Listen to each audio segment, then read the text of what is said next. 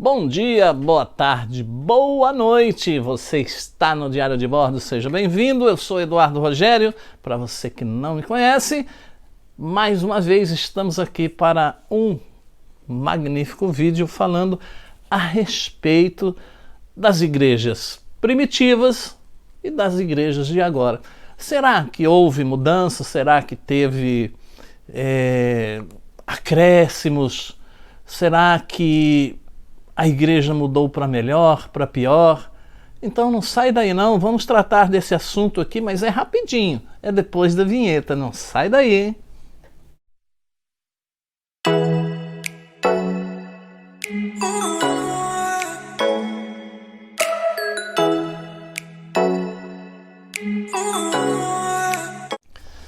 Pois então, vamos aí a uma comparação, não sei se posso colocar dessa maneira, entre a igreja primitiva e a igreja atual. Para falar de uma, é necessário falar de outra.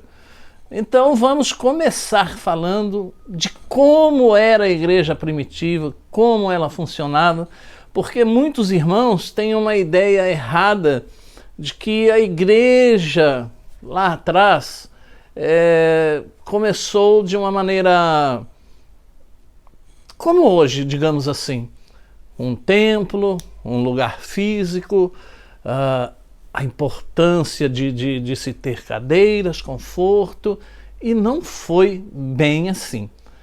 Então nós vamos tratar nesse vídeo qual a diferença, o que foi acrescentado? Será que foi acrescentado? Pois então, vamos aí. O culto começou nas casas dos cristãos. Por causa da perseguição que existia na época, também foi realizado, olha, pasmem, em catacumbas no cemitério. 21 séculos depois, o culto voltou para as casas. A primeira reunião dos cristãos aconteceu em Jerusalém, no século I. O tempo passou, atualmente a Igreja de Cristo está espalhada pelo planeta. Nós vemos denominações de vários tipos, de vários credos, de vários estatutos em todo o mundo. Mas como era o culto primitivo? É importante dizer que na igreja primitiva, na igreja primeira, Jesus Cristo era adorado como divino, juntamente com Deus. E os cristãos rejeitavam a adoração a outros deuses. Como assim, pastor? Como eles rejeitavam adoração a outros deuses? Irmãos, então aí nós começamos a falar da igreja atual. É por isso que eu disse que é impossível falar de uma sem trazer a outra, porque é continuação.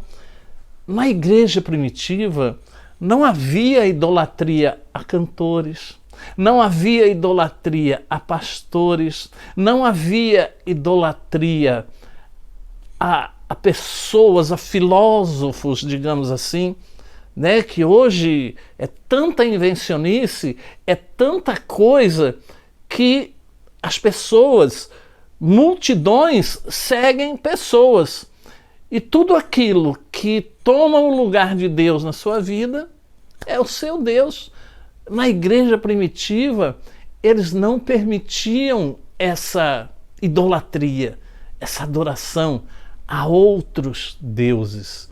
O politeísmo não era praticado, exatamente por se recusar a adorar vários deuses. Entre as atividades, o culto ao imperador Tibério, que exigiu na época lá que se fizesse culto a ele. Então, por isso que começou a perseguição sobre a igreja. Você pode ler lá em Marcos capítulo 12, versículos 15 e 16. Por exemplo, fala sobre o imperador que queria cultos sobre a pessoa dele. Os primeiros cristãos foram convertidos do judaísmo. Nas primeiras décadas do cristianismo, era comum os judeus cristãos participarem das atividades religiosas no templo construído pelo rei Salomão e na sinagoga. Por que os cristãos primitivos não se afastaram do judaísmo? Bem, o teólogo Larry Hurtado disse que a razão para o não afastamento era bem simples. Ou seja, os cristãos entendiam que o Deus que serviam era identificado com o Deus do Antigo Testamento e de Israel. Esse Deus era o mesmo adorado no templo e na sinagoga. Portanto, havia aí talvez um consenso com relação a um único Deus. Porém, o pastor luterano Nelson Christ, em texto intitulado Liturgia, diz que um dos elementos mais genuínos herdados da tradição israelita pelos cristãos é a ação de graças, uma forma de oração que louva o Senhor, exaltando narrativamente seus grandes feitos ao longo da história. Mas, embora tenha recebido muito do antecessor israelita, o culto cristão não pode ser entendido em sua essência a partir do Novo Testamento. Houve uma mudança, houve algum acréscimo. Os primeiros convertidos não participavam de festas sacrificiais e jantares em homenagem a deuses pagãos. O apóstolo Paulo, em recomendação à igreja na cidade grega de Corinto, ou a primeira carta de Paulo aos Coríntios, recomendou que os cristãos não comessem alimento sacrificado aos diversos deuses. 1 Coríntios 8. A igreja se reunia nas casas e não em templos como nos dias atuais. Provavelmente nas casas daqueles que tinham mais posses, dos mais ricos, porque eram espaços fisicamente maiores que poderiam acomodar mais pessoas.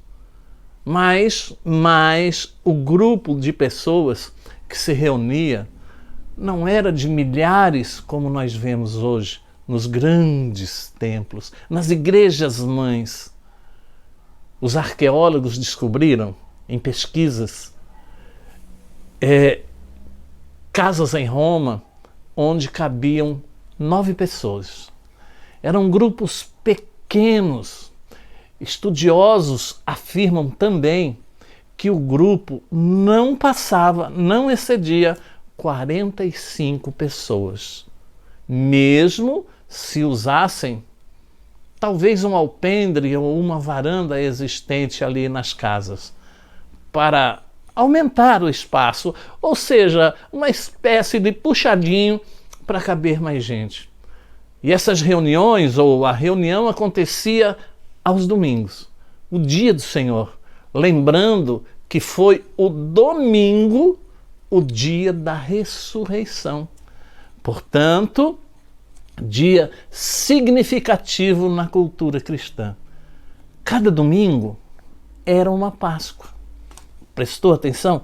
Cada domingo era uma Páscoa, um momento de lembrar da ressurreição e de adorar a Deus, ou seja, todo domingo tinha ceia. Até mesmo registros extra-bíblicos mostram que os cultos já eram realizados desde o século I, aos domingos. Inácio e Justino Mártir comentam sobre esse assunto em seus escritos. Também existe esse registro no Didaquê, somente por meio do imperador Constantino foi que o domingo tornou-se dia de descanso. Porque os judeus, alguns, paravam no sábado. Sobre o aspecto dos cumprimentos, Paz do Senhor, era um costume comum no culto dar o beijo da comunhão litúrgica. Paulo traz vários textos que comentam sobre o beijo ou ósculo santo, como em Romanos 16, 1 aos Coríntios 16 e 2 aos Coríntios 13. Esse ato, esse cumprimento, esse beijo, também era chamado de beijo de santo amor, conforme lá em Pedro 5,14. Já as saudações deles eram com palavras simples como graça e paz. Até mesmo fora dos textos bíblicos temos registros históricos sobre o beijo, sobre o ósculo santo. E Tertuliano o chamava de ósculo da paz. E Clemente de Alexandria de ósculo místico. Os cristãos também se chamavam de irmãos e de irmãs, já naquele tempo, já na igreja primitiva. A participação e a adoração no culto era para todos, porque se consideravam corpo de Cristo. Assim, homens, mulheres, sejam livres ou escravos, independente da situação social, econômico ou de gênero, adoravam na igreja. Todos podiam fazer oração e profecia públicas. É super conhecido o texto de Gálatas 3,28, que diz que todos são um em Cristo, independente de ser homem, mulher, escravo, livre, judeu ou grego. Na igreja doméstica, na igreja dos primórdios, não havia sacerdócio hereditário, ou seja, na igreja primitiva não havia como há hoje herança. Porque o filho do presidente é que vai assumir a presidência. É assim ou não é hoje? Porque o filho do presidente assumiu a presidência da igreja, ou seja, igreja, muitas hoje, tem dono. Tem dono sim, razão social, dono, CNPJ. No século I não havia nenhum tipo de ordem sacerdotal cristã. Cada crente se via como sacerdote. A reunião era considerada santa. O que quer dizer isso? Não havia ninguém como sacerdote no sentido de que não havia lá o reverendo, o presidente, o que eu falar é lei, tem que ser por mim, tem que ouvir o que eu digo. Não havia eu mando, eu faço, como existe hoje. Não existia. A reunião, por si só, era considerada santa, apesar de a reunião ser simples, os cristãos se sentiam importantes, porque eles se reuniam para adorar, eles se reuniam para lembrar do que Deus havia feito, eles se reuniam para cultuar. E o que mais eu posso dizer a respeito de sentir-se importantes? Porque hoje, irmãos, hoje em muitos lugares é muito diferente. As pessoas, dependendo de onde elas entrem, elas se sentem humilhadas. Se elas não tiverem dinheiro para dizimar, se elas não tiverem dinheiro para ofertar, se elas não tiverem um bom carro, se elas não tiverem uma boa casa, se elas não tiverem casa própria, se elas não forem empresários, se elas não tiverem o próprio negócio, elas são humilhadas. São humilhadas. E mais, eu quero dizer mais para você.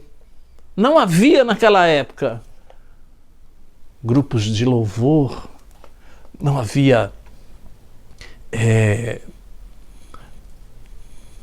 jogo de luzes, não havia ministro de louvor, não havia cantor gospel gravando CD e pagando para gravar CD dizendo meu ministério.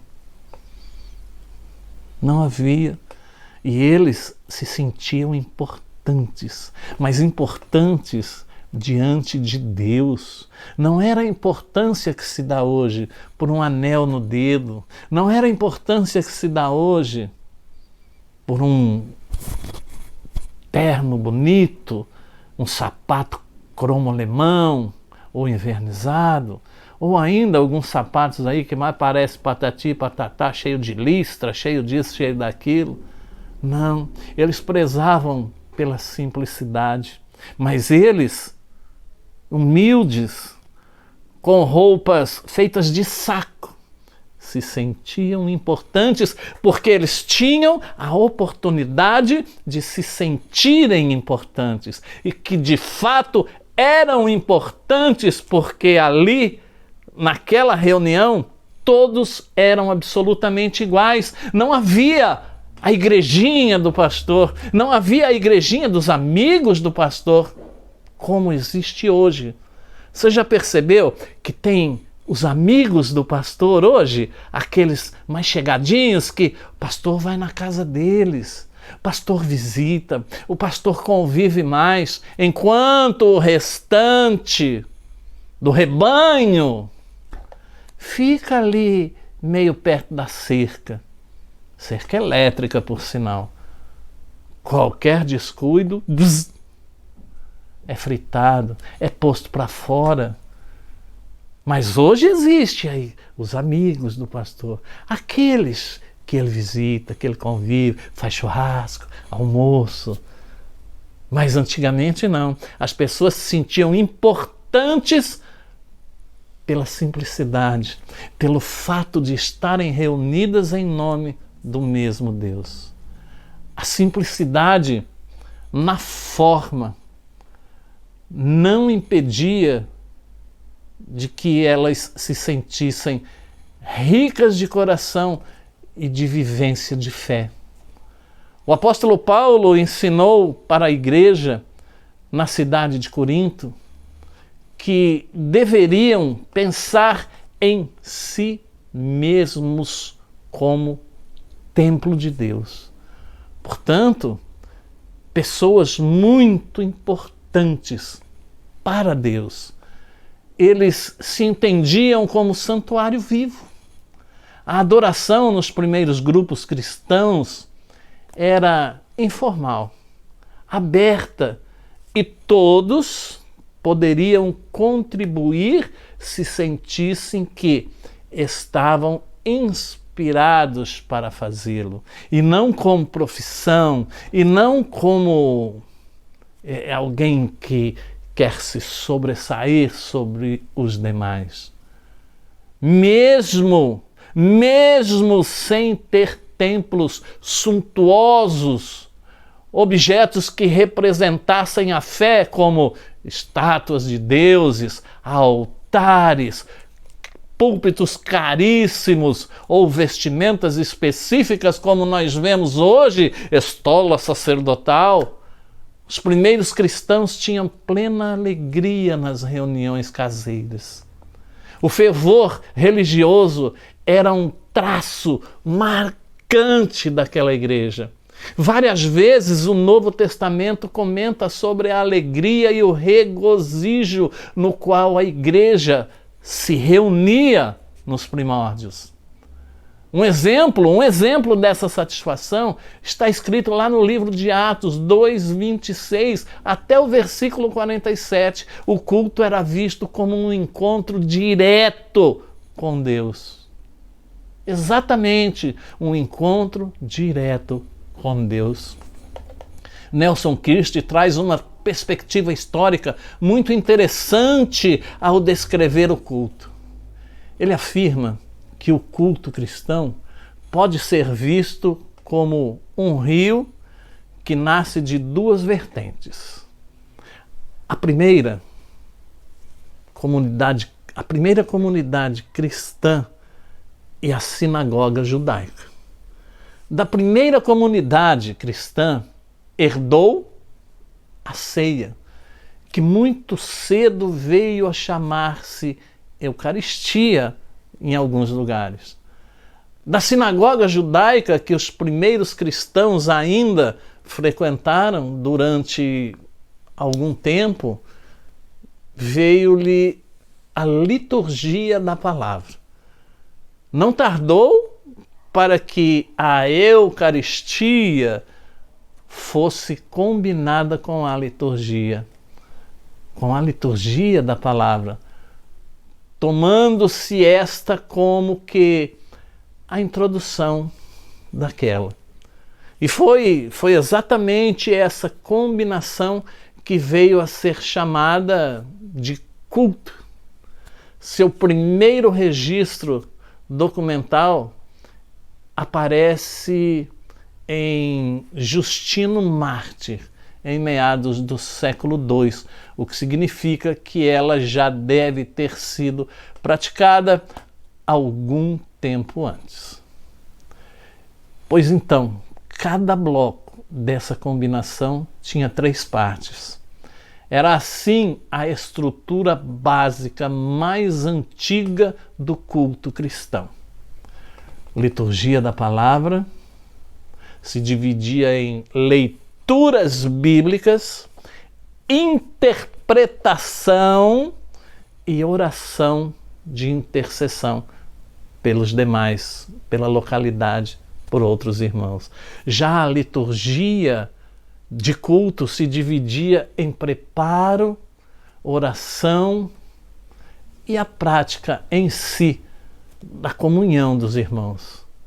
Então, essa estrutura básica do culto cristão não só a mais antiga que podemos citar aqui, mas também aquela que se manteve através dos tempos, vindo a ser alterada apenas, eu não diria apenas, mas tradições descendentes da Reforma Protestante. E com o passar dos séculos, esse núcleo original foi sofrendo ampliações e também alguns cortes. Houve, sim, ampliações, adições, na leitura da palavra, aumento do número de leituras, introdução de cânticos intermediários entre as leituras e inclusão de algumas outras coisas, como oportunidades e esse tipo de coisa, Portanto, houve também o acréscimo de se tirar oferta e aconteceu aí um verdadeiro inchaço da liturgia da palavra, onde se desenvolveu uma volumosa liturgia, de abertura. Os acréscimos dessa liturgia, dessas leituras,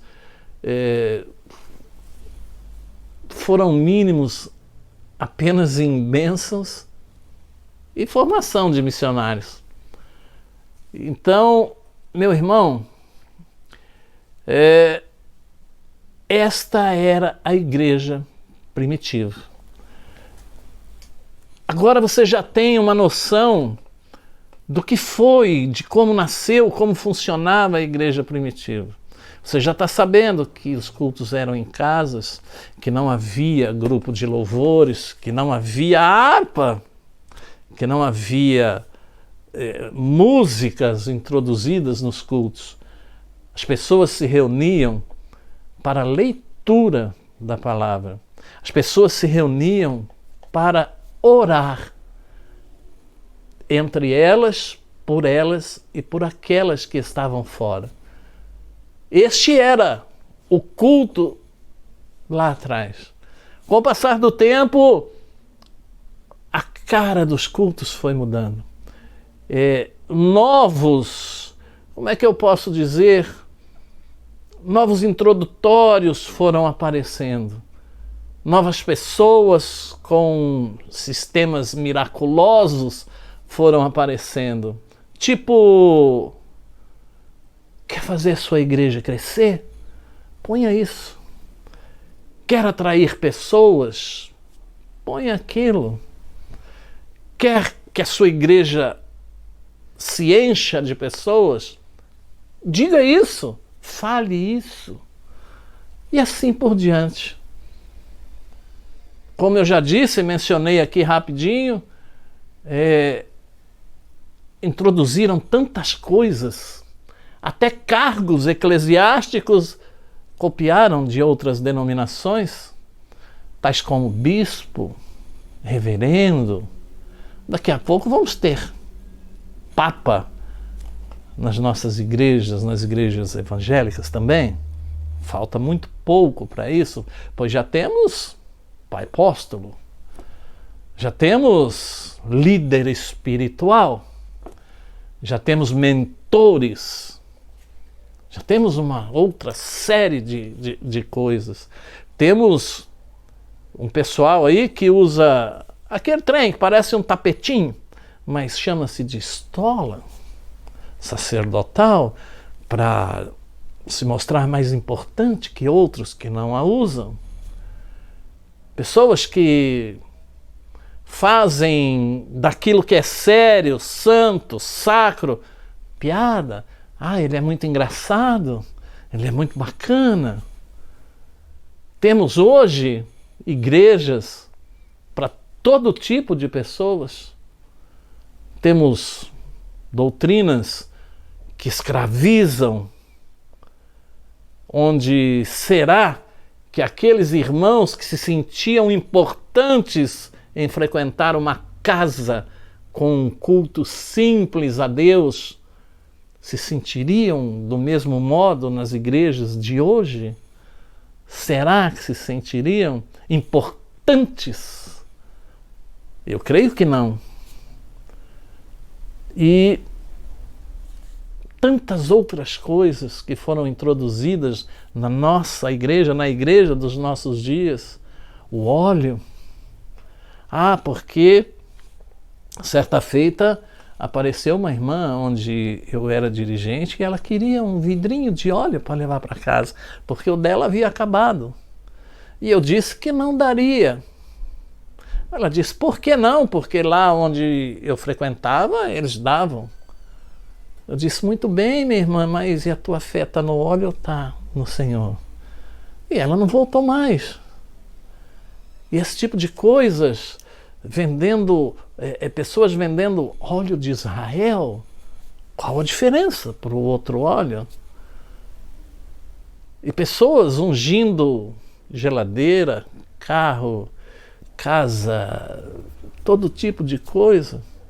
Pessoas dizendo que o altar, que nem é altar, é santo.